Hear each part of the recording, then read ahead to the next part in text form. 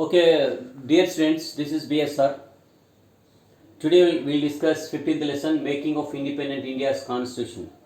Making of Independent India's Constitution. So in this lesson we'll discuss certain areas like what is the process of making constitution and which important organ that made constitution, what are the basic principles of Indian constitution, and see how can we amend the constitution.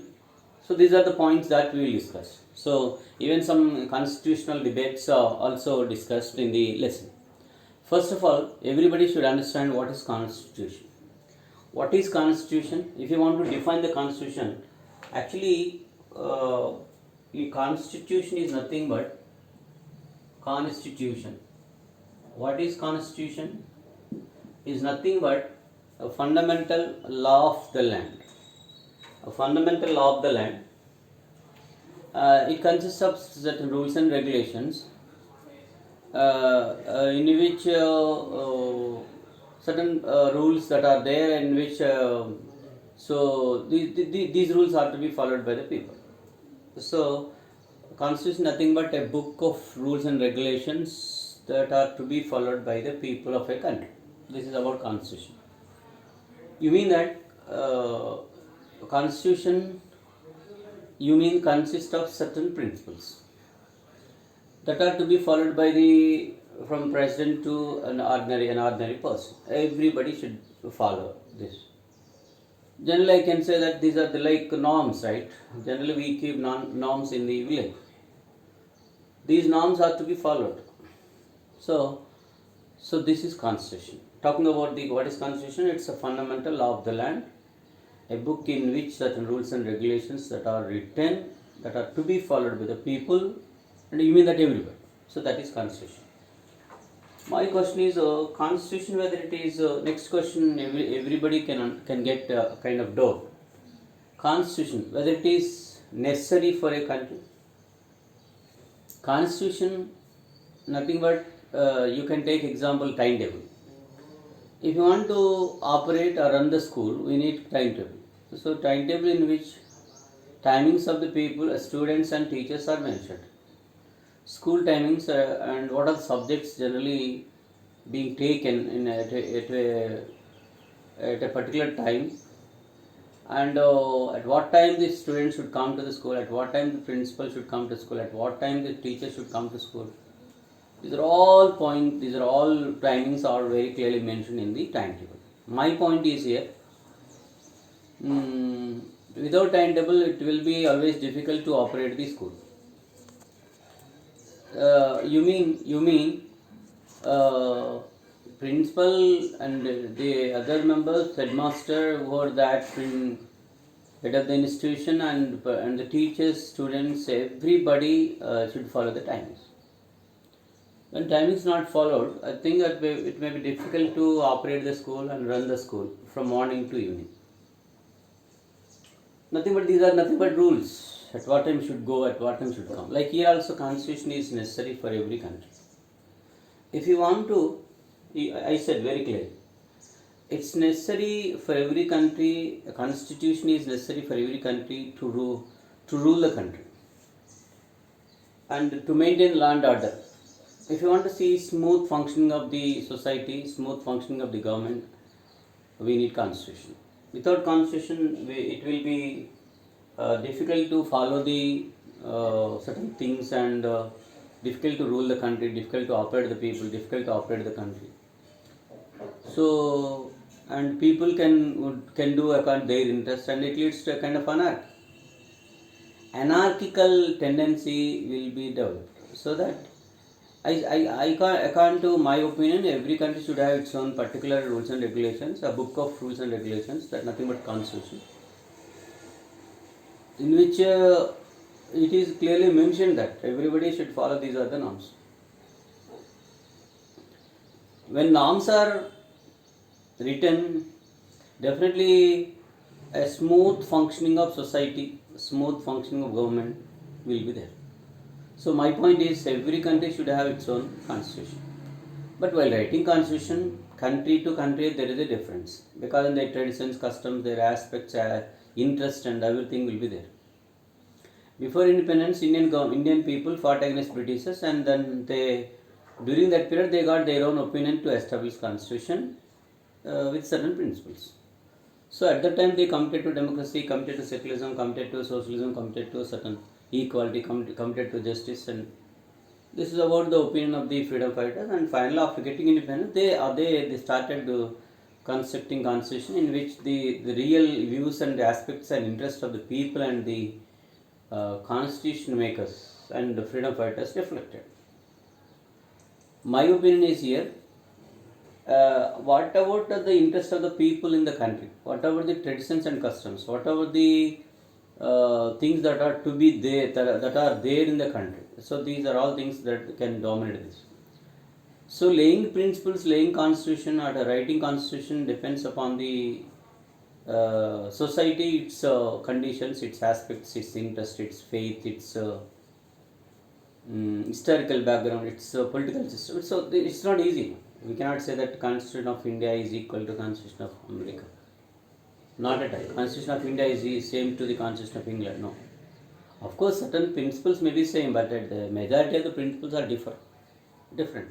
Because every country can write their own constitution according to the interest of the public, according to the aspects of the public, according to the nature of the country, according to the nature of society, according to historical background of society, according to freedom fighters and the people who lived earlier and what their dreams, and based on that we will write constitution. So that constitution is necessary for every country to rule the country, to follow the rules and regulations, and to avoid anarchical tendencies without rules and regulations. Generally, these are taking place in many countries where constitution not there. Of course, most of the countries at present having their own constitution, but wherever you see that country without constitution, they are kind of disorder generally seen. So to avoid this disorder, political, social, economic disorder, we need certain rules and regulations, nothing but constitution. So this is second important area to be discussed. Then third area, what is the purpose of constitution? Purpose of constitution, I'll give 2 points here. Purpose of constitution, what purpose that constitution is being laid down, is being written. If you want to see that the constitution which is outlining the role and rights of the citizens, this point is to be taken. Outlining the role and rights of the citizens, as well as defining the structure and powers of the government. Structure and powers of the government, particularly organs like legislative organ, judiciary and executive organ. First purpose, just everybody should understand this point. What is that? Constitution, it has its own purpose. What is the purpose? It is outlining the role and rights of the citizens and the structure and powers of the governmental bodies like legislative body, executive body and judiciary. This is first purpose. The second purpose is it is also indicating the nature of future society. Nature of future society that was built by the state and as well as the people and society. What type of society that they are going to establish in future?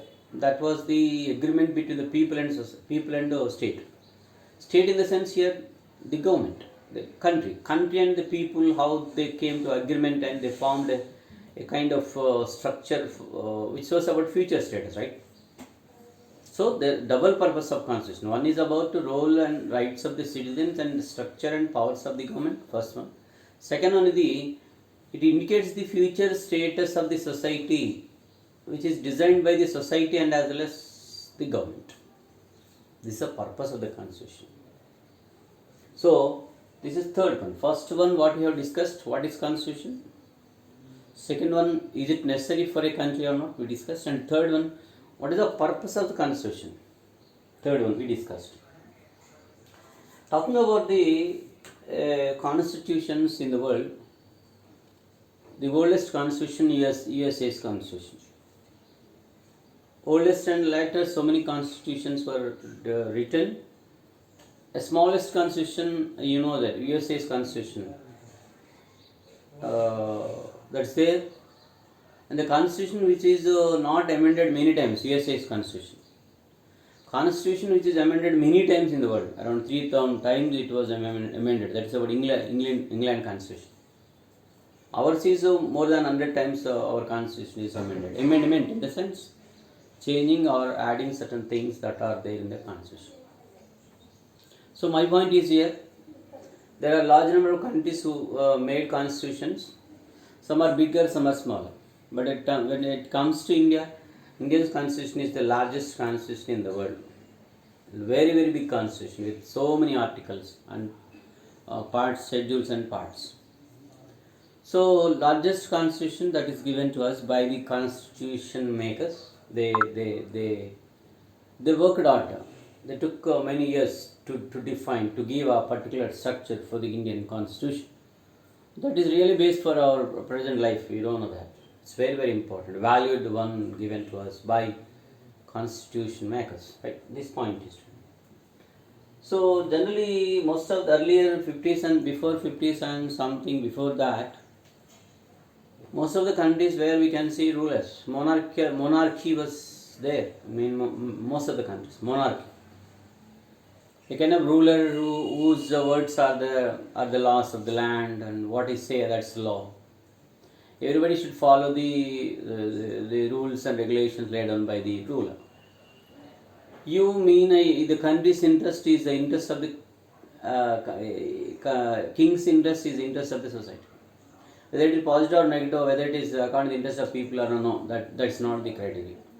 Whatever the king thinks, that will be the law. Whatever word he say, that's the law. Here particular rules and regulations, particular norms and particular principles. Here there is no place for the interest of public and all, no, nothing.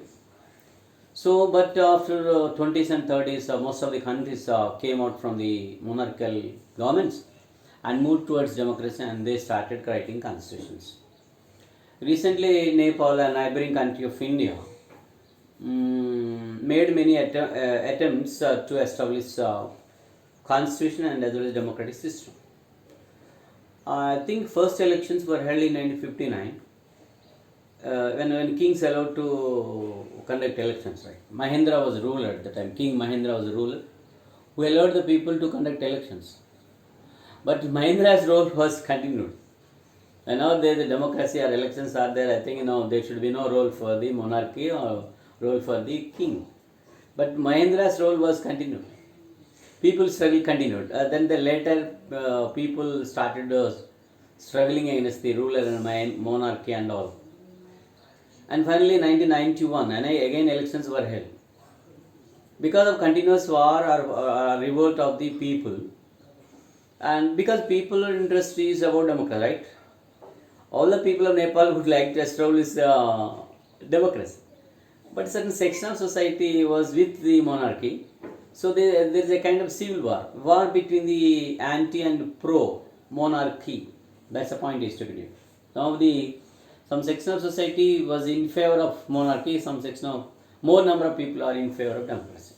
So these two different theories and ideological areas leads to conflicts and people started fighting. Particularly the Communist Party of Nepal not interested to see the role of Mahendra and us are the followers, because that they would like to establish complete democracy. So the attempts were made by the Communist Party of Nepal, and then they made attempts, and their role was very strong, and the people also followed the CPI, so Communist Party of Nepal, and really a great success. Of course, they took much time, great time, long time for establishing complete democracy. Talking about Nepal, 1959 elections, no result, no complete democracy, and 1991 also. Still, the role of the Mahendra and some his followers were there. That's why it was disliked by Communist Party of Nepal, and again revolt continued, and again some problems are there, and finally 2007. Last 2007, they, I think they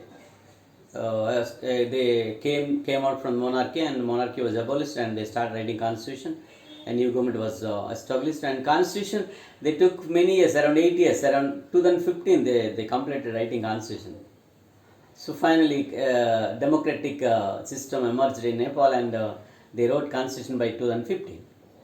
So my point is here, most of the countries now moving towards democracy, of course best form government, and then they're writing constitutions, which are very very important, because without constitution it may be difficult to run the country. So this is today's topic. Tomorrow we'll take another important. Thank you.